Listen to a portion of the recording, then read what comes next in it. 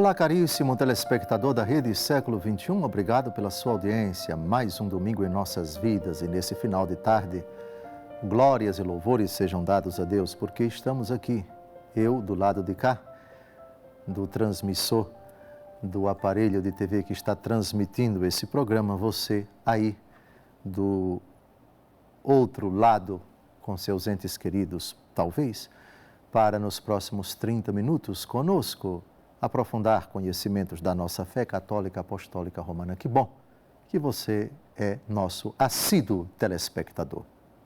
O programa Luz da Vida, pela sexta vez, trata do tema da morte, um dos 4 novíssimos. A nossa proposta, ao tratar dos novíssimos, é refletir sobre as últimas realidades da nossa existência como criaturas feitas por Deus que atravessam esta aventura da vida terrena. Os novíssimos são as últimas realidades da nossa existência terrena. Morte, juízo, inferno e paraíso. É um grande comentário ao último artigo do Credo, creio na vida eterna. Pois bem, hoje nós vamos concluir esta série de programas dedicados aos textos do Antigo Testamento a respeito do mistério da morte. Por que a morte e o que se segue à morte? Não é o momento de recordarmos isto. Remeto o telespectador ao portal www.rs21.com.br para assistir aos vídeos anteriores, aos programas anteriores.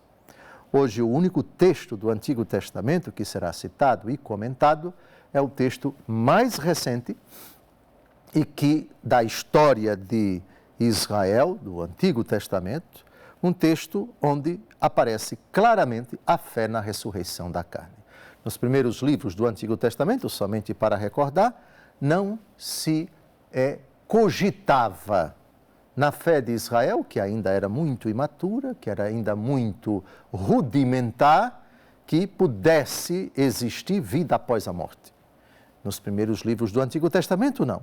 Mas, paulatinamente, são 46 livros do Antigo Testamento, e cada um foi escrito por pessoas diferentes, em lugares diferentes, em épocas diferentes.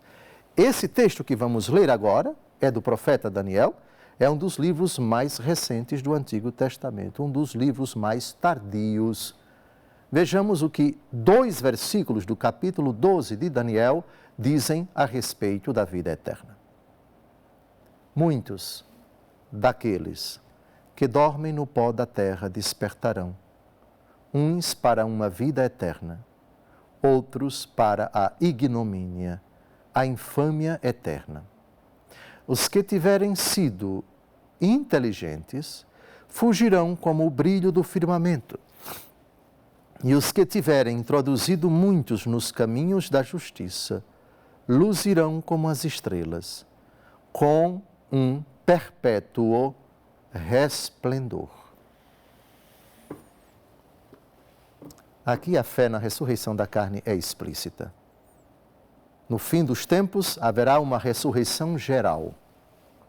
Todos os que estiverem jazendo, dormindo no pó da terra ressurgirão. Haverá uma ressurreição para a vida eterna, para a felicidade sem fim, e uma ressurreição para a desgraça que jamais acabará e que, na pregação de nosso Senhor Jesus Cristo, terá o nome de inferno. Pronto, aqui nós já temos a resposta ao mistério da morte. Pode ser vencida? Será vencida. Ela não é mais a última realidade na história dos homens. Depois dela, e com ela acaba o tempo, depois dela, em outra vida, a ressurreição triunfará. Então, já temos o campo, por assim dizer, preparado para a fé na ressurreição no Novo Testamento. Israel, aliás, depois de Daniel, e podemos citar também os textos do primeiro livro dos Macabeus e do segundo livro dos Macabeus, principalmente o segundo, ali nos capítulos 12, 13 e 14, onde se fala do sacrifício que os judeus mandam realizar em Jerusalém pelos mortos. Uma crença piedosa na ressurreição da carne. Pois se eles não acreditassem, diz o texto, na ressurreição da carne, seria vão mandar realizar um sacrifício pelos mortos. É um dos testemunhos mais antigos da oração pelos falecidos. Rezar pelos que já morreram. Só rezamos pelos que já morreram porque acreditamos na ressurreição da carne. Muito bem, agora chegamos ao Novo Testamento. Chegamos à pregação de Jesus, que na sinagoga de Cafarnaum, no discurso sobre a promessa da Eucaristia, alude também à ressurreição da carne. Veremos outros textos onde Jesus vai dizer explicitamente: eu sou a ressurreição. A ressurreição para nós cristãos é um fato, portanto, o acontecimento no qual alguém que está morto volta a viver. Mas é também uma pessoa. A ressurreição é alguém, não é algo. Claro que é algo no sentido de que aconteceu com Jesus e acontecerá conosco. Já aconteceu com a Santíssima Virgem Maria, que subiu ao céu em corpo e alma, portanto ressuscitada. É algo, claro, mas é antes de tudo uma pessoa. Uma pessoa porque a primeira pessoa que ressuscitou é Jesus. Primícias dos que adormeceram, diz o apóstolo Paulo. Primícias, na 1 Coríntios, capítulo 15. E também porque, sendo o primeiro, ele é a própria personificação da ressurreição. Eu sou a ressurreição. Ninguém disse, nem pode dizer, eu sou a ressurreição. Pode dizer, eu ressuscitarei, ou eu ressuscitei. Nossa Senhora pode dizer no céu, eu já ressuscitei, que ela subiu ao céu em corpo e alma. Mas ela não pode dizer, eu sou a ressurreição. Só o Filho dela é que é a ressurreição. O fato da ressurreição já aconteceu em Nossa Senhora. E acontecerá conosco. Um dia ressuscitaremos. Mas em Jesus já aconteceu nele, porque ele é a própria ressurreição. Então vejamos aqui o contexto do discurso da sinagoga de Cafarnaum. Jesus está pregando. O discurso é sobre o pão do céu. É o capítulo 6. Várias afirmações desse capítulo aludem explicitamente à vida eterna e à promessa da ressurreição no último dia. No último dia. A única exceção foi Nossa Senhora. Todos ressuscitaremos no último dia. Aquilo que escutamos ainda há pouco do profeta Daniel: todos os que jazem no pó da terra ressurgirão. Quem vai para o inferno ou já está lá, ressuscitará para cair de novo no inferno. E quem já está no céu, ou vai para lá, ressuscitará para triunfar com Deus em corpo e alma. A única criatura que no céu já está ressuscitada é a Santíssima Virgem Maria. Vamos então agora a percorrer esse importantíssimo discurso de Jesus, que trata da vida eterna e da ressurreição da carne. João 6:32.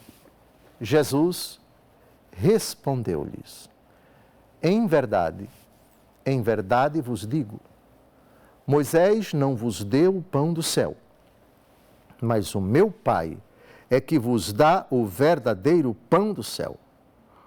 Porque o pão de Deus é o pão que desce do céu e dá vida ao mundo. O pão do céu é Jesus, ele desceu do céu para dar a vida. Ele mesmo diz no capítulo 10 do mesmo Evangelho segundo João: vim para que todos tenham vida e vida em abundância. Essa palavra de Jesus poderia ser interpretada vida em abundância até a hora de morrer.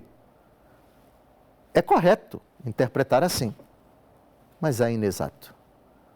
Porque sabemos, já que Cristo ressuscitou e nós com ele ressuscitaremos um dia, que quando Jesus diz eu vim para que todos tenham vida e vida em abundância, é vida que não acaba jamais, é vida para sempre.